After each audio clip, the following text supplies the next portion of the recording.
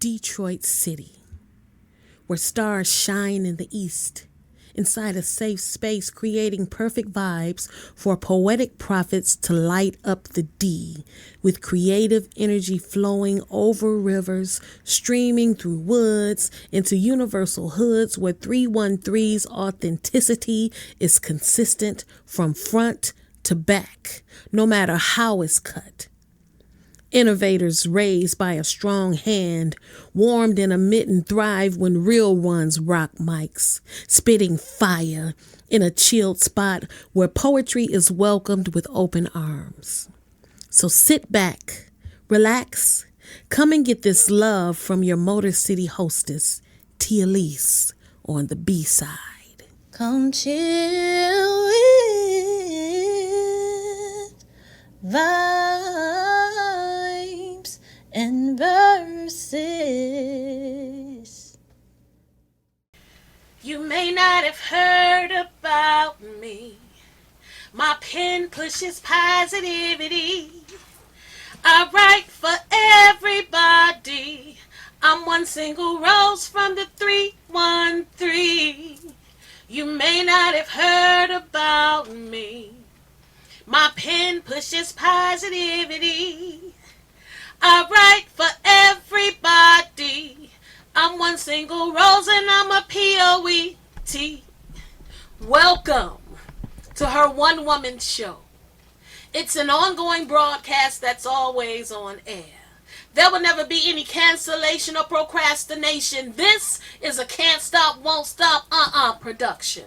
Produced by a black girl making magic. She makes the bread. She bakes the bread. She serves it up to fill bellies of the undeserving on the finest china, knowing nothing about me time because her plate's always filled with something to do for someone else. You think this woman was a ringmaster the way she juggles through her days, multitasking as the CEO of everyone's destiny except hers, energized like that damn bunny, rocking while we roll, trying to keep her pockets on swole. She can't afford to get sick or is hitting that lick, so she'll keep on ticking like a Timex wound up on borrowed time. Someone put a spell on her. Matrix moves with x-ray vision fail to block venom from penetrating her veins. She ignores the sting, walking around for days in a daze with an IQ that exceeds brilliance, but she does the dumbest shit, battering her crown, wearing herself down, forgetting to look out for number one. Riding for her in the afternoon, maybe even dying for him by nightfall, but every morning she'll rise, undefeated, ready to take on the world, fueled with love from the Creator pumping through her purple heart. He crowned her a queen, but this woman won't sit back or relax. She picks up her people slack, cause she's a black girl who works magic. Her life's a haunted fairy tale.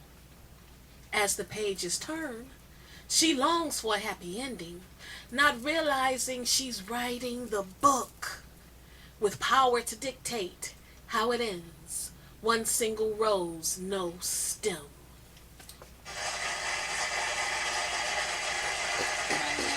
There we go.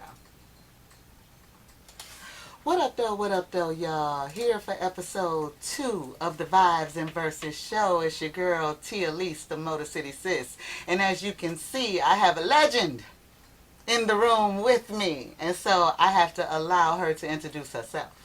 My name is Rosemary Wilson, a.k.a. One Single Rose when I'm nice, a.k.a. Pearl when I'm naughty, a.k.a. Queen Rose on the house music spoken word tip. What up, though? What up, though, sis? What up, though? It's you. been a while. We were just talking, and she reminded me, which I already knew, I thought she had forgot, that she was here when I first started my home studio with the B-side. And I'm gonna blow your mind. You know how long ago that was. That was like 2013 or 14. There you go. Like there you that. go. Sis knows. Yes, this is it.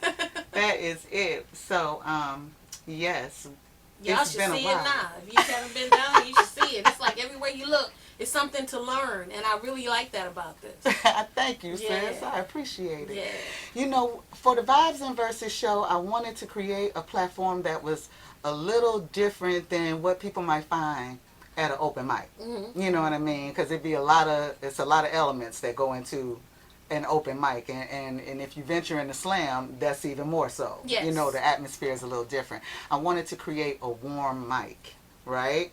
And that is just simply everyone's welcome, you know, but a place where people can really get into the artistry all the way. Because most of the time, I tell people all the time, no matter how you meet someone in artistry or how you become familiar with them, they're probably into 2 or 3 other things within artistry.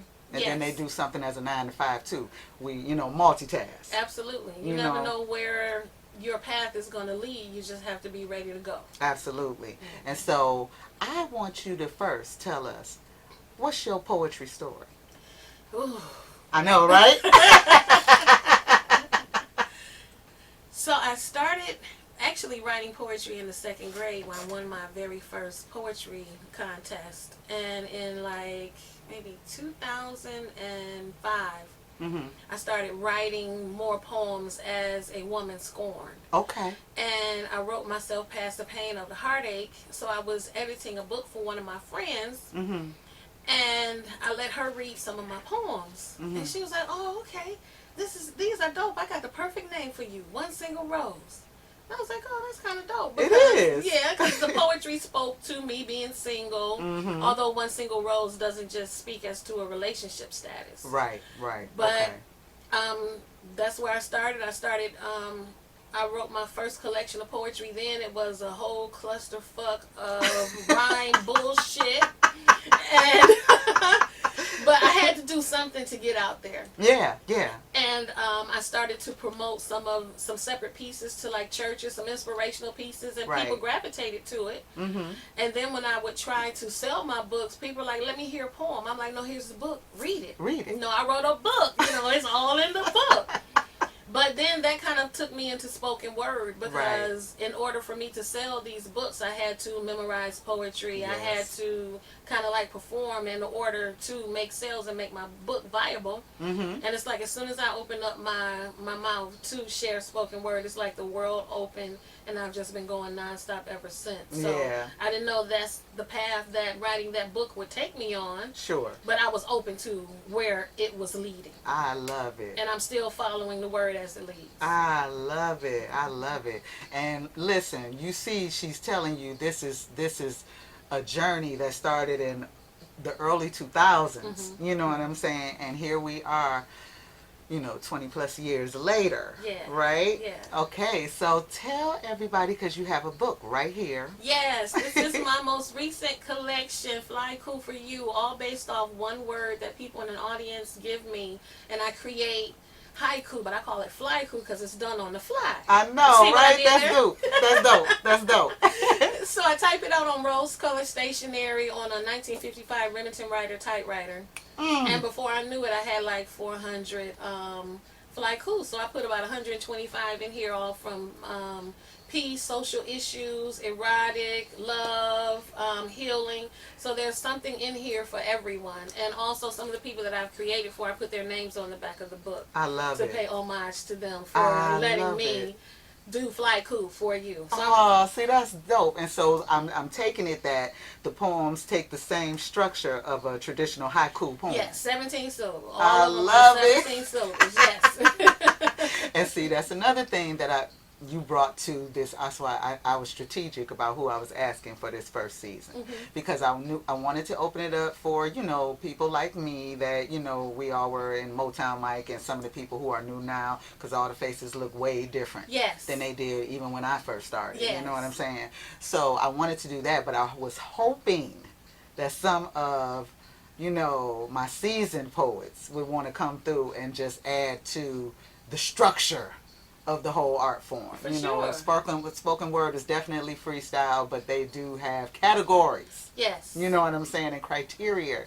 And everybody don't do everything. So I think that's dope. Your whole spin on it. And it makes sense because she is fly. She's super duper fly. You know what I'm saying? Every time I see her, she's super duper fly. So that makes total sense, So how many books do you have out now?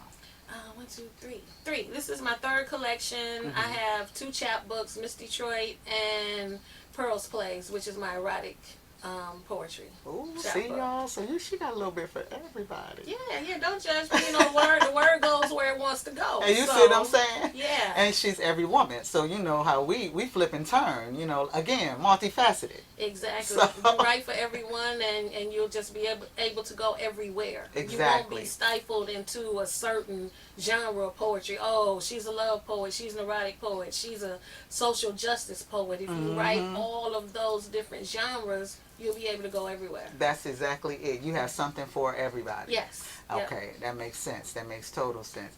Now, when you publish, do you independently publish? All self-published, because the splits just don't make sense to me. Girl. Math don't math with the Amazon and the publisher and yeah.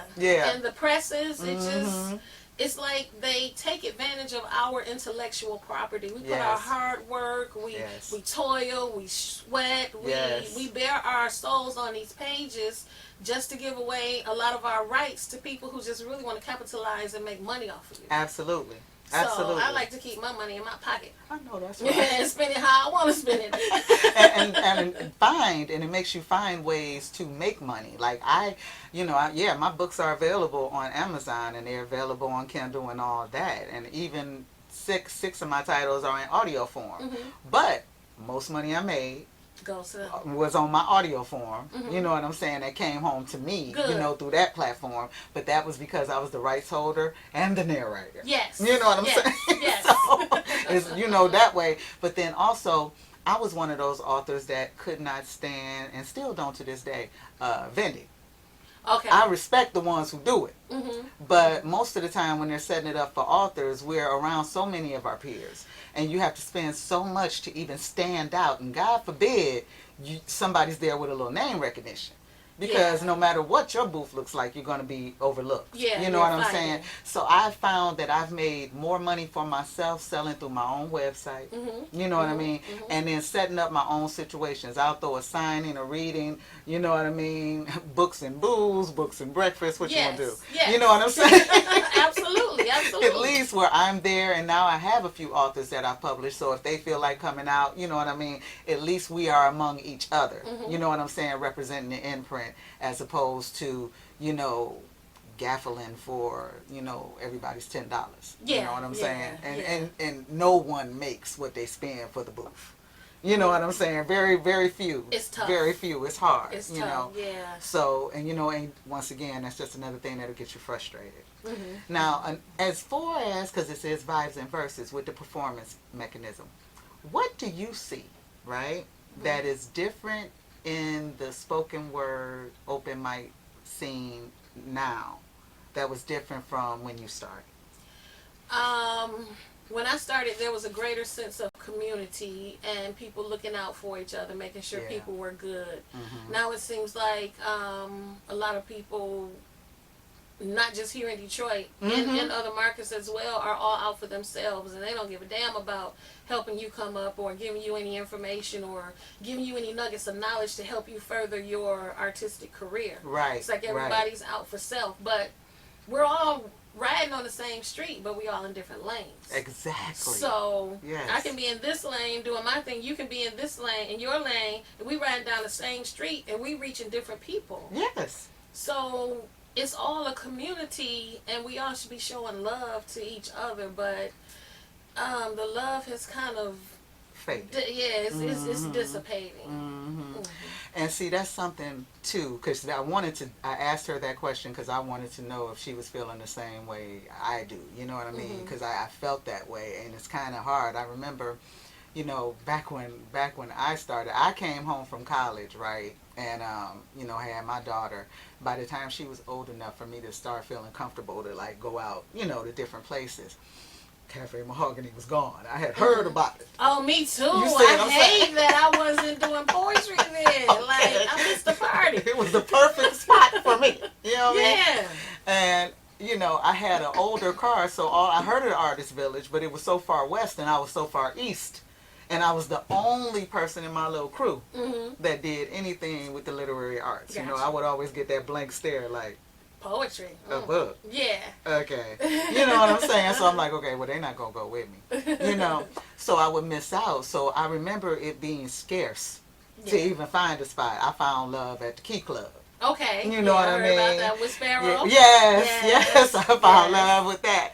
And so, and then, later on, of course, they say under Katrina Storm and then Yeah. under Peace. Peace. I never did even go under Peace, but I followed everybody else who went. Okay. And I knew her husband. Yeah. You know what I'm saying? So I was like, oh, dang, okay. So just when I was getting ready to make it there, they dismantled that. And now you see all these other spots. It's a wealth of spots now, but you don't really know which one to venture out to. You know what I'm saying? Yeah. You don't know if the vibe is going to match.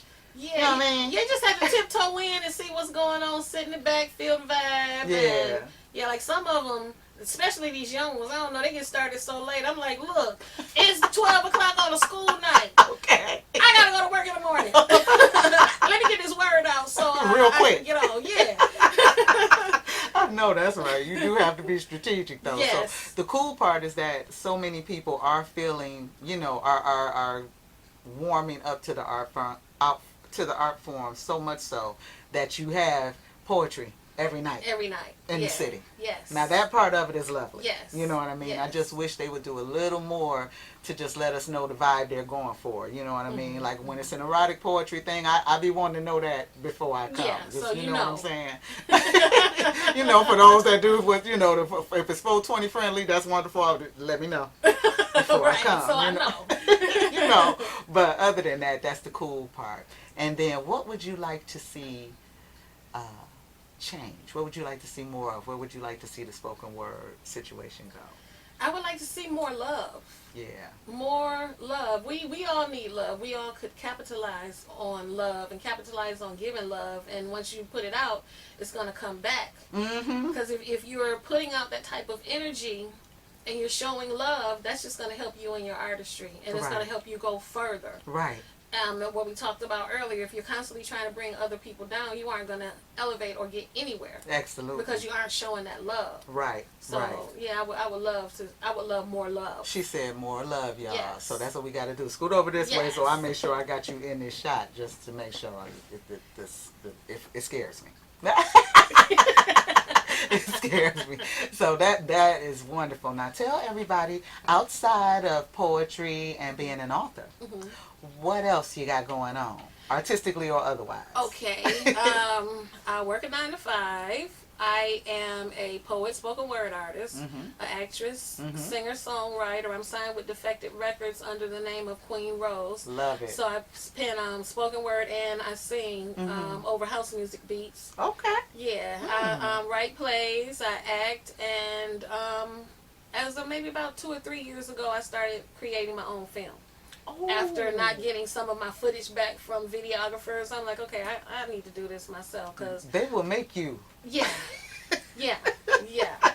So Okay. I didn't know that I would be doing all of this, but this is where poetry took me. So willingly and kicking and I won't say willingly, kicking and screaming. I know, right? I went to all Scared of to- these different artistic genres. Yes. And you know what? You inspire me. Because, I got books out and I even have all these friends that are doing all these things, right? And I'm sitting here like, so I ain't mastered this. I'm not a $1 million author yet, but you talking about write a script?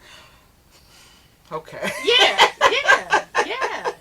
Because if you think about it, when you perform your spoken word pieces, you're acting. You're bringing True. those words to life. True. So you're on the stage. You're not just standing there reading your pieces.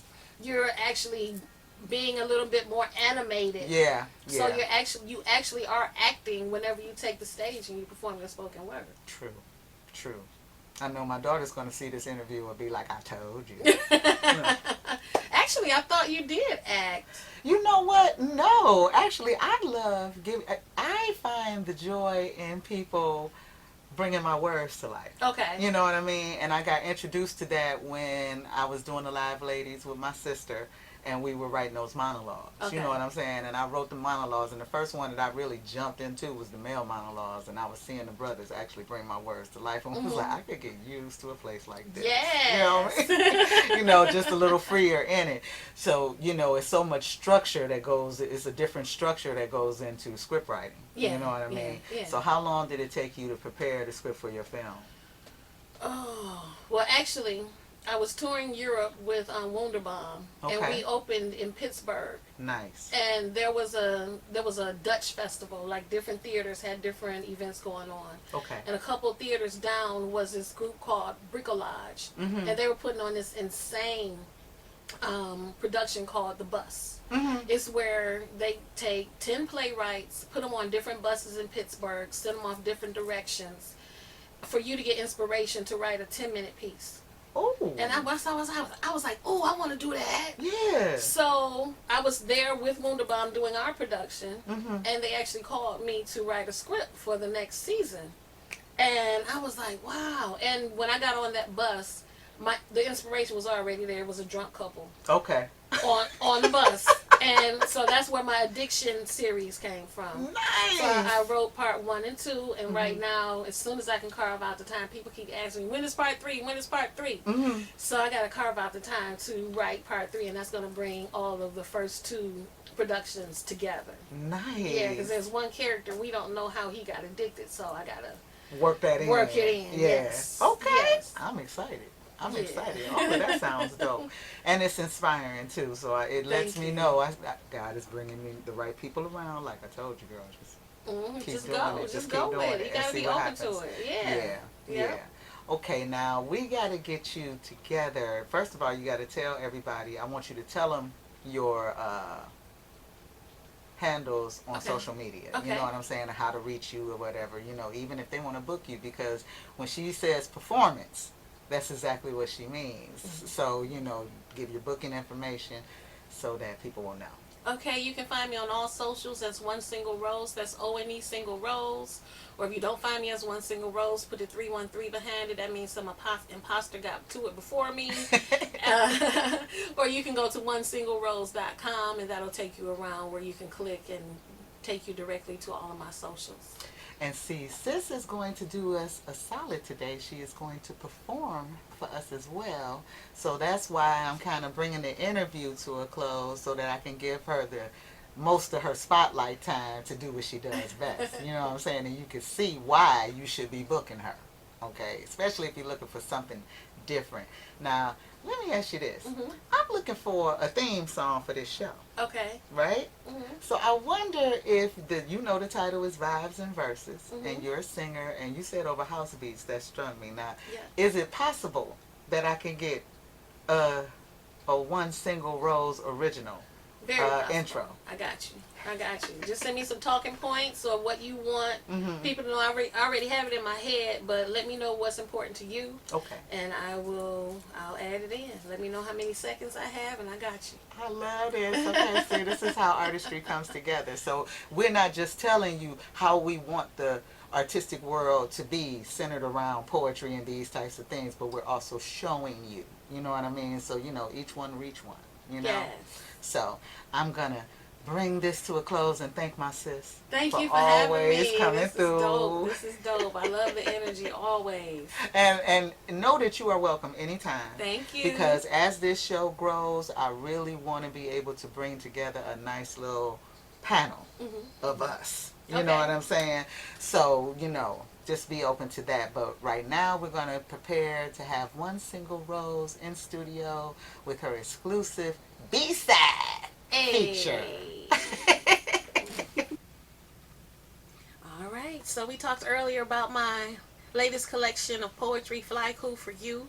So what I'm going to have Tia Elise do is call off a number, and I will read the poetic phrase that lies on that page. Well, I was born on September 5th, so 5. Number 5. Follow your passion. They are yours for a reason. Listen to your heart. Next number, my darling. 9. Number 9. 5 felt like it was meant for me. Okay. Follow your passion. Yes. It's funny how the universe works, placing you right where you should be. I think you selecting the right pages here. Let's see now. There's a theme. Right, okay. And then here's 72. 72. Now that would be my whole birthday. If this one is geared toward me too, it's gonna be a message. Eternal solace born through divinity yields beautiful offspring. And there we have it. Okay, and let me see, one more number. Let me see, 100. Number 100. Discrimination clouds gray matter, piercing hearts with hostility. Mm. And my personal favorite, love and abundance will trump hate on any day. Make love great again. Yes, I love it. I love it. Thank you. No matter how many times powers that shouldn't be clip above the fifth leaf, cutting dreams in halves as if we were Hydra, poisoning roots with propaganda, we managed to sprout new branches, rising up as roses from concrete. We're starfish, swimming 5 limbs strong towards the North Star, hoping we too can ring bells for freedom, mimicking ancestors who peddled chameleon skin, robbing Peter to pay Paul, paying tariffs with blood, sweat, and too many tears, who managed to maintain some sense of sanity on tilled land, kidnapped great-great-grandmothers and fathers cared less to inhabit. We're planaria, dissected like chopped liver, put on display for sport, dehumanized when Sarah didn't smile, our stem scientifically henpecked, sold lacking compensation. We're cats in hats with 8 lives to spare, olive plants that's got the juice, octopi spitting black gold of deflection in abysses, overflowing with sharks sinking teeth into indentured servant skin. We're rubber band clan, stretched from sea to shining sea, bending, breaking, bouncing back with extra elasticity, relentlessly in search of favor that'll put our love on top, restoring crowns of original kings and queens whose light has been dimmed, but will never fade to black. One single rose, no stem. Ah.